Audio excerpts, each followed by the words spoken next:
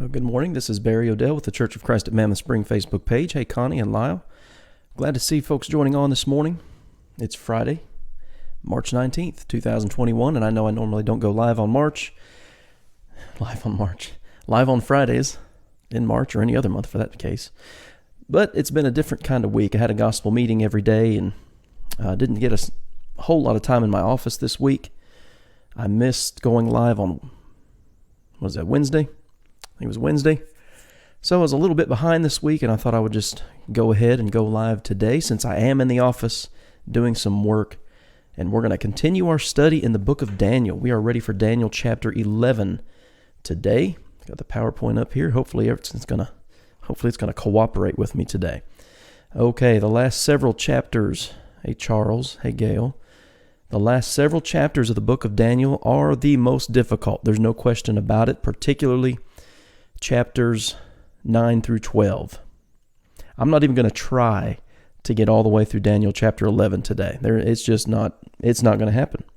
So we'll go for about 20 minutes and we'll cut it off, and then we'll pick up, Lord willing, again on Monday morning. All right, so Daniel chapter 9, Daniel had a vision, what we call the vision of the 70 weeks, and a certain period of time, not a literal number, but an extended period of time that would affect Daniel's people. Chapter 10, he was greatly troubled by the vision, but he was reassured by an angel. And as you get into chapters 11 and 12, you have further visions that lead us through a lot of, I would say 300 to 400 years at minimum. Let's say minimum of 400 years of human history, world empires, changings of thrones and things of this nature. It's so the chapter itself, Daniel chapter 11, is 45 verses. I mean, that's long in and of itself. Hey, good morning, Tammy. 45 verses is a long chapter, but the content of Daniel chapter 11 is just amazingly specific. And what I'm going to do once this live stream is over, I'm going to share some links in the comments section here to help you, because there is so much world history, particularly in what we call the intertestament period, the period between Malachi and Matthew. We're talking about the days of the Maccabees, the Syro-Egyptian wars. There's a lot of information here in Daniel chapter 11, and so let me click on my PowerPoint over here so I can get it started, and we'll get to going here. All right, this is a history, as Daniel chapter 11, of Persia, Greece, and Rome. At this point in time in Daniel's life, Babylon has fallen. The Persians are in power. After Persia came Greece, and after Greece came Rome. And we know that from secular history, but these texts here in the book of Daniel help us from the biblical perspective see some things. The first 4 verses tell us here, that Greece would overtake Persia, but then it would be divided to the 4 winds. So Daniel writes, "Also in the first year of Darius the Mede, I stood up to confirm and strengthen him. And now I will tell you the truth." This is the angel communicating with Daniel. He's going to tell Daniel the truth. "Behold, 3 more kings will arise in Persia." Again, at that point in time, we're dealing with Darius. Hey, Diana. I've got this first slide, this initial slide, and then I'll share some more things with you on a second one here. Darius is king. 3 more kings will arise after him in Persia, and then a 4th. All right, now we know from world history what that order is. Darius the king, and then you have Cambyses, Smerdis, and then Darius Hystaspes, and then Xerxes. And of course, Xerxes, or also known as Ahasuerus, is the king of the book of Esther. So we're given a little insight here again into future history. This 4th king, verse 2, shall be far richer than all them. You remember in Esther chapter 1 and verse 1, he was a king over 120 provinces, very powerful and wealthy. He shall stir up all against the realm of Greece. Persia is going to stir up Greece, all right? "Then a mighty king shall arise, who shall rule with a great dominion and do according to his will." One kingdom stirs up another, that kingdom's going to fight back, and that's what we're dealing with here. And when he is arisen, his kingdom shall be broken up and divided to the four winds. Now that right there is extremely important for us to know. Hey, Linda, that this king from Persia, his kingdom's going to be divided up into the four winds of heaven, as the text says. Of course, the first king of the Grecian Empire is Alexander the Great. He reigned from 336 to 323 BC. Very young man, early 20s when he started reigning, but he only lived to be 32 or 33 years old. He died. And when he died, now again, this is secular history. We know this. Some of the links I'm going to share for you in the comment section will help you understand this better. His kingdom was then divided among his four generals, which actually I talked about that the other day. So his kingdom's going to be divided up among the four winds of heaven, but not among his posterity. It's not going to be a descendant of his own that's going to inherit the kingdom, nor according to his dominion with which he ruled. It's not going to be as powerful as Alexander the Great was. For his kingdom shall be uprooted, even for others besides these. So let me share with you real quick from the book of Daniel 2 other verses that talk about the kingdom of Greece not falling, but being divided up into four. Daniel chapter 7 and verse 6. After this I looked, and there was another kingdom, like a leopard, which had on its back four wings of a bird. The beast also had four heads, and dominion was given to it. There's those fours again.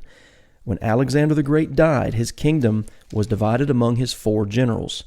And again, you can look into secular history and see that: Lysimachus, Cassander, Ptolemy, and Seleucus. And then you look at Daniel chapter 8 and verse 8.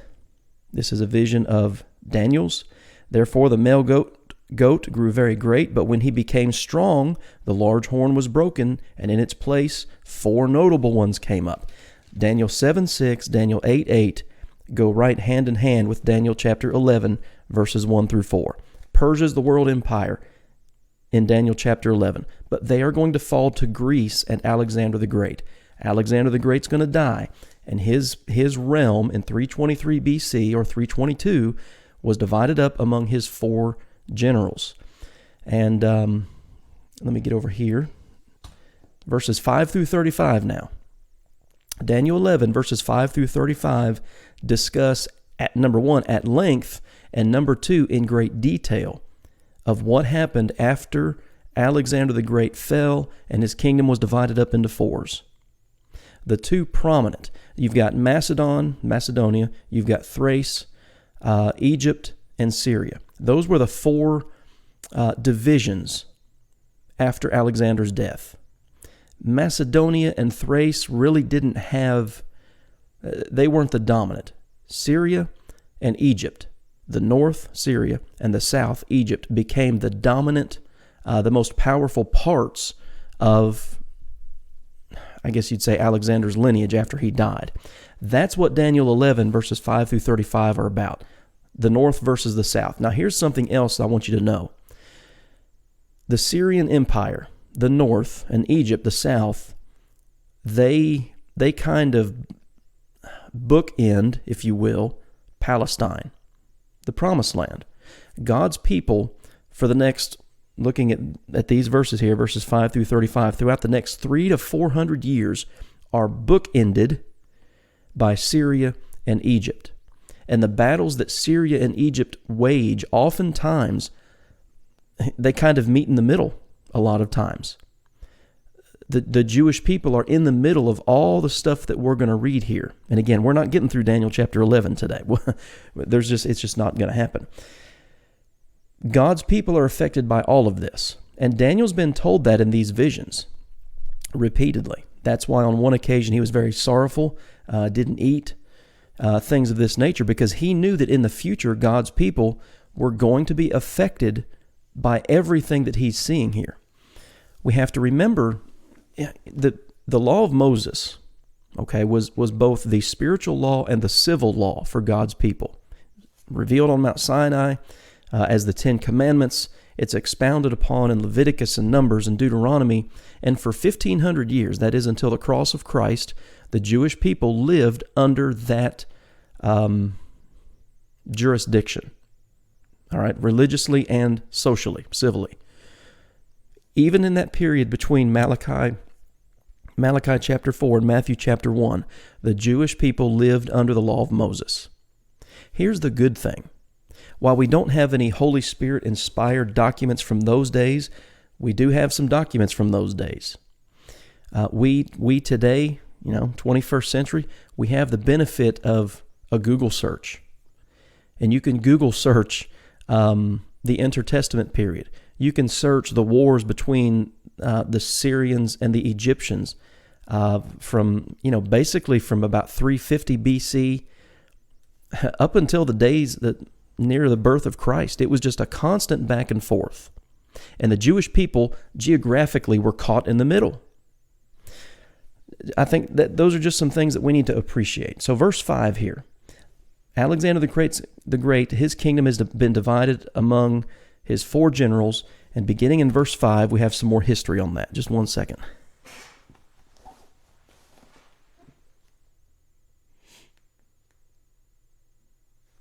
All right, sorry about that.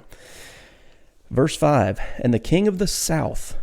Remember, through Daniel 11, when you read the king of the south, we're talking about the Egyptians and very specifically the Ptolemies. And I'll use my cursor here. This is how you spell Ptolemies.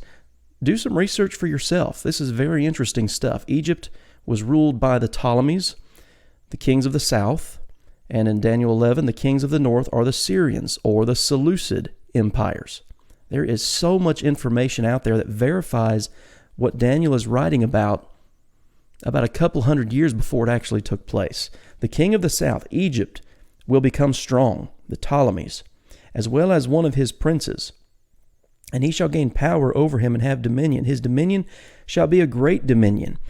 This first Ptolemy the first, reigned from I've got it written here in my margin, 323 to 306 BC.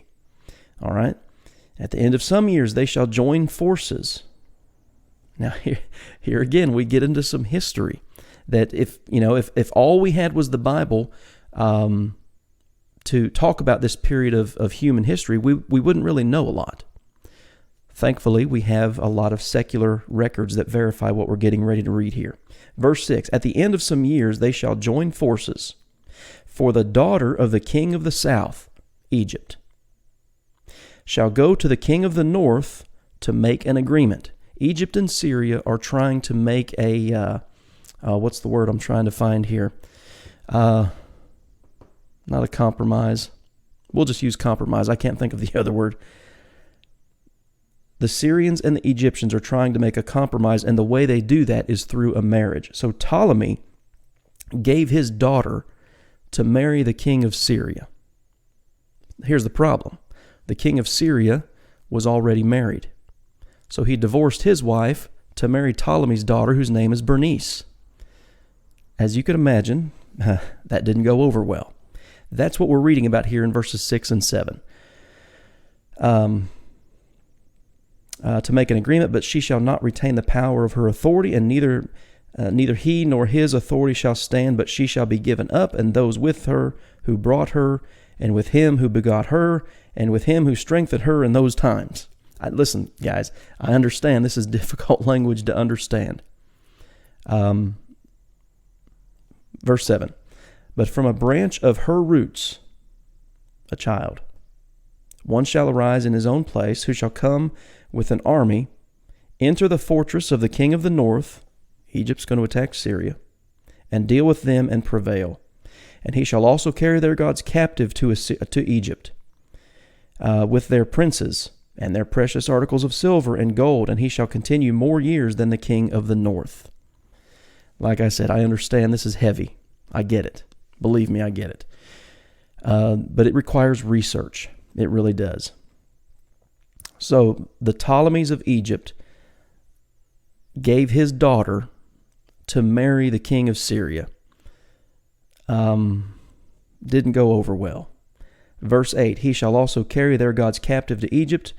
Well, I already read that, didn't I? Verse 9, also the king of the north, Syria, shall come to the king of the south, Egypt, but shall return to his own land, However, his sons shall stir up strife, and assemble a great multitude of great forces, and one shall certainly come and overwhelm and pass through. Then he shall return to his fortress and stir up strife. It's a constant battle between Syria and Egypt, a struggle for dominance that takes place we're talking 300 BC, 250 BC. This is the period of time that this angel is revealing these things to Daniel that are going to happen. Alliance. Thank you, Connie. That's the word I was looking for. I said compromise. Alliance. Sometimes my thesaurus doesn't work real well, and it wasn't there. All right, so the king of the north is going to attack the king of the south, things of this nature. Verse 11, the king of the south, Egypt, shall be moved with rage and go out and fight with him, and the king of the north shall muster a great multitude, but the multitude shall be given into the hand of his enemy. When he has taken away the multitude, his heart will be lifted up, and he will cast down tens of thousands, but he will not prevail. Egypt, they initially won, but they kind of got lazy. All right, so verse 13, for the king of the north will return and muster a multitude greater than the former, and shall certainly come at the end of some years with a great army and much equipment. A lot of world history here. Now in those times shall rise up against many shall rise up against the king of the south. Now listen to this, verse 14. Also, this is the angel talking to Daniel. Also violent men of your people shall exalt themselves in fulfillment of the vision, but they shall fall. Remember what I said, Israel, the Jewish people, are caught in the middle of the Syrio-Egyptian wars. They're right in the middle. And they're going to try to align themselves with one or the other because they are caught in the middle. And that's what we read about there in verse 14. So the king of the north shall come and build a siege mound and take a fortified city. And the forces of Egypt, the south, shall not withstand him. Even his choice troops shall have no strength to resist. But he who comes against him shall do according to his own will, and no one shall stand against him. He shall stand in the glorious land, that's the promised land, with destruction in his power. Verse 17 beginning here, and I know I have it on your screen here as one section, verses 5 through 35. But verse 17 here, he shall also set his face to enter with the strength of his whole kingdom, and upright ones with him, thus shall he do. There's an attempt here, when you look at verse 17, there's an attempt here of the north, Syria, again to have an alliance with the south, Egypt. The king at this time is called Antiochus the Great, and he wants to unite the north and the south. But again, you have to remember God's people are right in the middle of that. He shall give him the daughter of women to destroy it, but she shall not stand with him or before him. This is about 195 BC. This is Ptolemy of Egypt marrying Cleopatra. Now, this is not the Cleopatra typically that we think of. This is Cleopatra the First, all right? Here's another marriage arrangement to try to create an alliance. Well, it doesn't work out like planned. After this, he shall turn his face to the coastlands and shall take many, but a ruler shall bring the reproach against them to an end, and with the reproach removed, he shall turn back on him. Then he shall turn his face toward the fortress of his own land, but he shall stumble and fall and not be found. Put your place in Daniel's shoes, all right, just for a second. Let's take a break from the text for a second. Daniel is in Babylon. He's sitting on, you go back to Daniel chapter 10 and verse 4. He's at the Tigris River, okay, over way far east, hundreds of miles from the Promised Land. The Tigris River is also mentioned in Daniel chapter 12 and verse 5. He's still on the riverbank. He's given a vision here in chapter 11, like I said, and right now, when we're down around verse 20, we're looking at world history. We're looking at about 200 BC. This is about 300 years. Daniel's looking 300 years into the future. I really don't think Daniel fully comprehended everything that he was seeing here. You know, when we started the book of Daniel, I shared with you 2 Peter chapter 1 and verses 10 through 12. where we read that Peter wrote and we read that the Old Testament prophets spoke of things that they didn't fully grasp and even things that angels desired to look into. Daniel chapter 11 is a prime example of what I'm talking about there. Do you really think Daniel had a complete understanding of the Egyptian-Syrian wars? I doubt it. And all these kings, the Ptolemies and the Seleucids, and the different kings by the name of Antiochus, I really doubt it. But you and I have the benefit, number one, of the biblical text. We have a record of what was revealed to Daniel. But secondly, we have the benefit of the records of secular history that clarify all of this text. So we are down here to verse 20. There shall arise in his place one who imposes taxes on the glorious kingdom, raising taxes against the Jewish people. But within a few days he shall be destroyed, but not in anger or in battle. This is the man we know from history who fits that description is Seleucus IV. Seleucus IV reigned for 11 years, relatively a short period of time. Some of the prior Seleucids had reigned for 30 to 40 years. This guy only reigned for 11 years, and he was poisoned. You notice the end of verse 20 there says he was destroyed, but not in anger or in battle. He wasn't wounded on the battlefield or killed there. He was poisoned. Now, verse 21, and here's what we're going to do. We're going to read verse 21. I'll make a couple comments, and we're going to stop today because this brings us to a whole new section. In his place, the place of Seleucus IV, shall arise a vile person to whom they will not give the honor of royalty, but he shall come in peaceably and seize the kingdom with intrigue. You are introduced here in Daniel chapter 11 and verse 21 to a man by the name of Antiochus Epiphanes, or Antiochus IV, and he reigned from 175 to 164. And what we read here beginning in Daniel 11:21 down through verse 35 is about this man by the name of Antiochus Epiphanes. So here's what we're going to do. We're going to stop for today.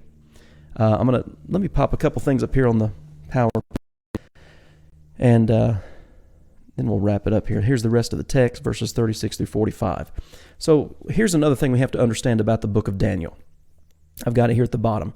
Daniel 2, 7, 8, 9, and 11 and 12 all cover from Daniel's day, all right, from the time of Babylon, Nebuchadnezzar, Belshazzar, into the days of the Persians, the Dariuses, Cyrus, all the way to the Roman Empire. The prophecies of Daniel cover these four world empires: Babylon, Persia, Greece, and Rome. We've established that throughout this series of studies. That's important to know as we're looking here in Daniel chapter 11. So let's look at a timeline real quick of Daniel 11. You've got the Persians and Darius the Mede. That's where Daniel 11 opens. And you remember from the first four verses, or rather from the first verse, Daniel is told by the angel, 3 more kings will arise, and then a fourth.